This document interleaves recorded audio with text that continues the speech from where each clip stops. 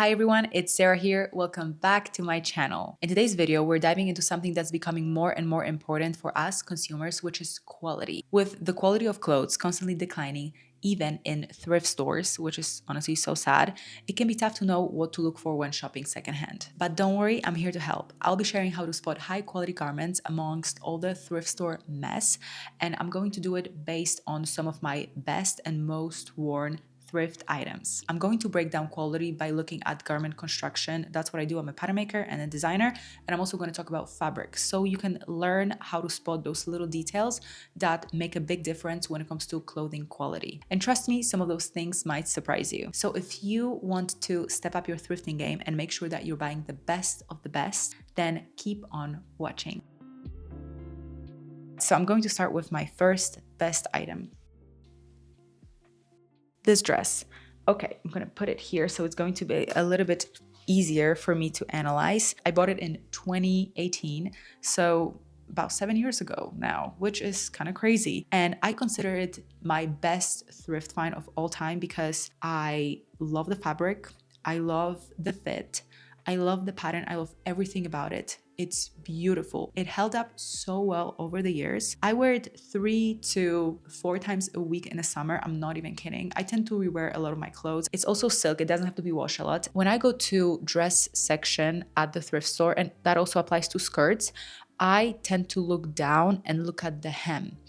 This is maybe a little niche, but that is how I determine which dresses I want to look at and which dress I don't want to look at. I personally love dresses that are cut on a bias. So bias cut is basically when fabric is cut 45 degrees from the edge, from selvage. Garments that are cut on a bias, they tend to be very drapey. They drape very nicely around the body. They almost like sculpt around your body. It's so beautiful. This is my favorite type of look, and it is very easy to notice which garments are cut on a bias and which ones are not based on the hem. The reason why I wanted to mention it is because bias cut requires more fabric, which means that a lot of cheaper brands will not use bias cut. It requires a little bit more work, a little bit more attention to detail because bias cut stretches, more steps to make the garment that's cut on bias. So that is why I like to look at the hem first. And another thing that I love about this dress is the fabric. So this dress is 100% silk, not just the outer layer, but also lining, which actually it's quite rare. Most of the times lining is made out of some different type of fabric like rayon or polyester. I personally really like natural fabric, especially if it's something that I want to wear in spring and summer. I also live in a warmer climate, so I like natural fabric a little bit more than synthetics. This dress would be considered more of a statement piece, right? Because of cheetah print and the way it looks like. I mean, I wear it daily. To me, this is more like a basic thing, but to a lot of people, that would be considered a statement piece. Most people, when they buy statement pieces, they wear them very rarely, which means when they end up at thrift store, they most likely haven't been worn much, so they're almost new. That's why I personally like to go to thrift store and buy those kind of items because I know that they are most likely in beautiful condition. This dress cost me 25 cents. Yep, nobody wanted it, and I got it for 25 cents. One more thing that I wanted to mention. What's cool about those kind of dresses is that when they are cut on a bias, you don't have to necessarily worry about the size of a garment. So this dress, it's my size, which is awesome, but even if this dress was 3 sizes bigger, it would most likely fit me really well. Because what happens when the dress or skirt is cut on a bias, the fabric hugs your body and it almost like shrinks and stretches with you. So if you see something that's few sizes too big, maybe size or two too small, I would say try it on because it will most likely fit you very well. So that is a little tip when buying bias cut. Okay, so that is my first most worn and best thrift find. Let's go to a second one. I'm going to continue with silk theme. My second best and most, maybe not most worn, but best thrift find is silk blouses. I'm going to show you 1 or 2 just as an example. So those 3 are my favorite. And I'm going to start with this one. Just to break it down a little bit, what drew me to this garment is the sleeves. The sleeves are so beautiful. I have never owned anything like this, so of course I had to buy it. I love how beautiful this fabric is. It is silk, 100% silk. As far as I remember, this is like a smaller designer, which I love. By the way, a little tip, if you are not sure about the brand, you've never seen it before, just do Google reverse search, and that will help you to determine where the item is from and if it's something that it's worth buying. But even if the item is not worth that much, but you love it, fits you well, the fabric is good, just buy it. It really doesn't matter if item is worth thousands or not. So that's just like a little thing I want to say. I love the sleeves. It's just, they're gorgeous. Obviously, I bought it because I love the color of it, but also I love the way this item is made. When you look inside this garment, you will notice that it is stitched with a French seam, which is a plus because French seam is costly to make. It takes more time to make it and more skill. So French seam will most likely be seen in high-end garments, which is a good sign that this shirt has it. I have a little tip about choosing the right size. So of course, when you go to a thrift store, sometimes we don't have a luxury to choose perfect size that fits us.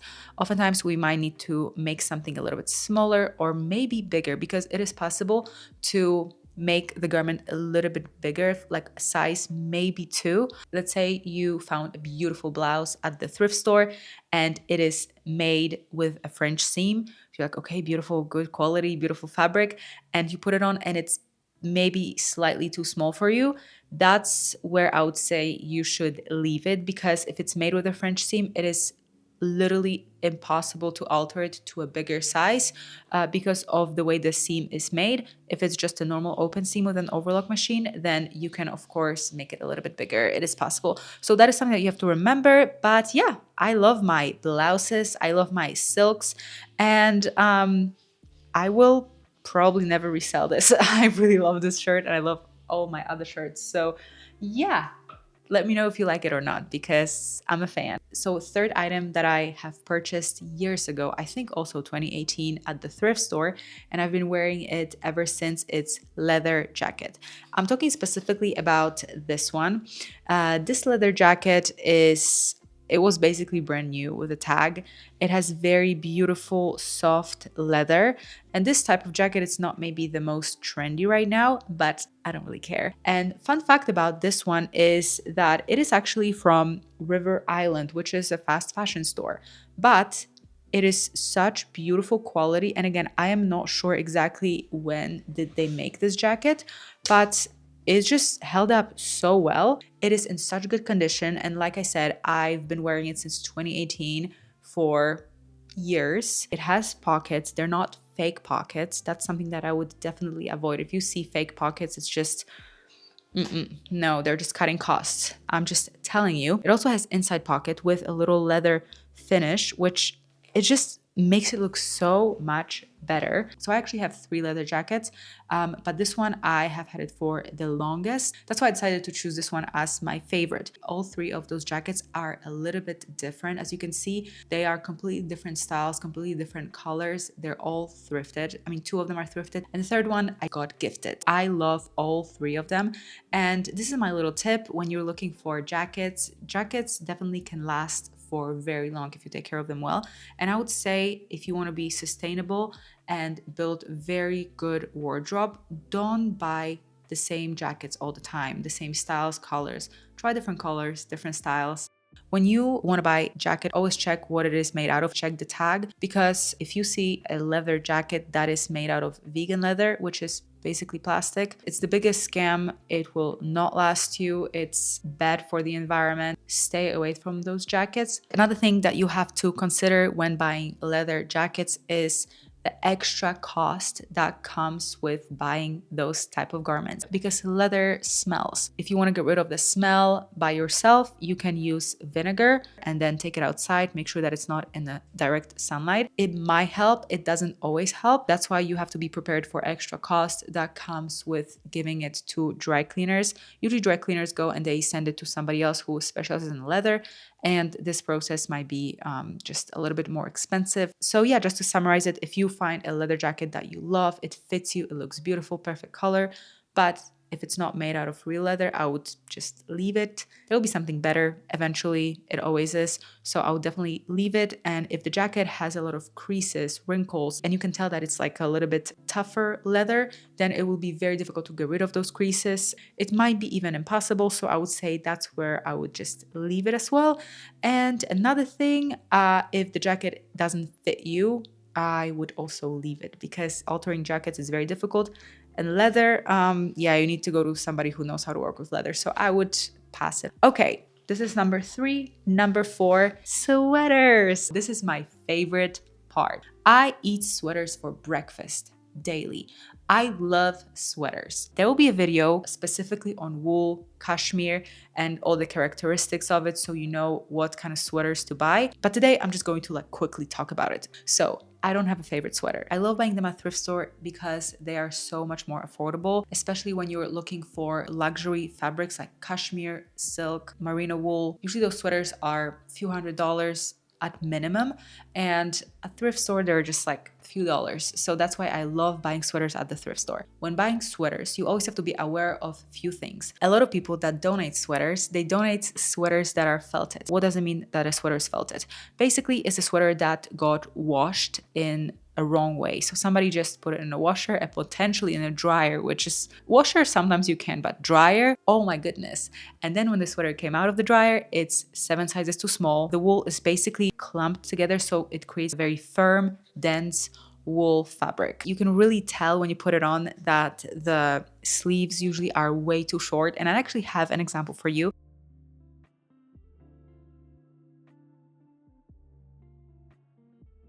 And also on top of that, you have to check for holes.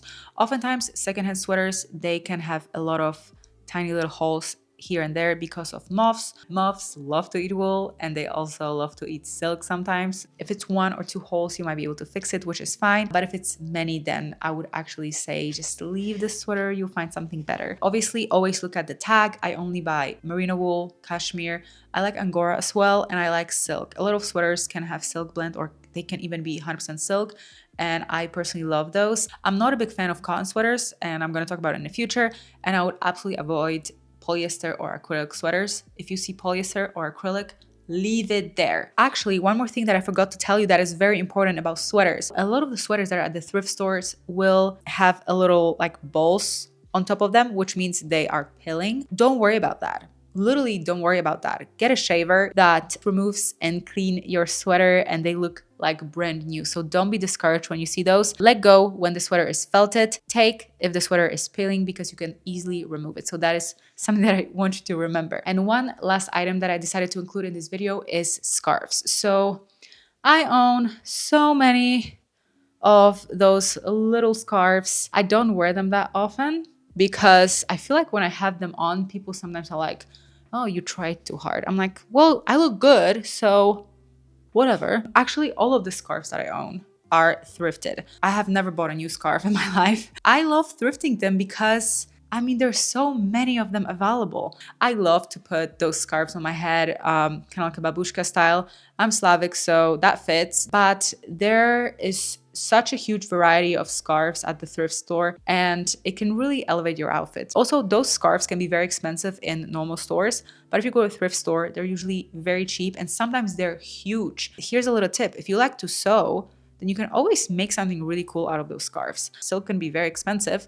Just go to a thrift store and find some scarves and use them in your sewing projects. And subscribe to this channel because I teach you how to sew here. Anyways, that's it for this video. If you want to know more about thrifting, sewing, fashion, all of that, then subscribe to this channel and let me know what are some of your favorite items to thrift. Because again, I'm a sweater girl and I'm also silk girl. So I tend to thrift those items a lot. And honestly, with sweaters, I should kind of stop because I just thrift too many of them. All right, guys, I'll see you next week. Bye-bye.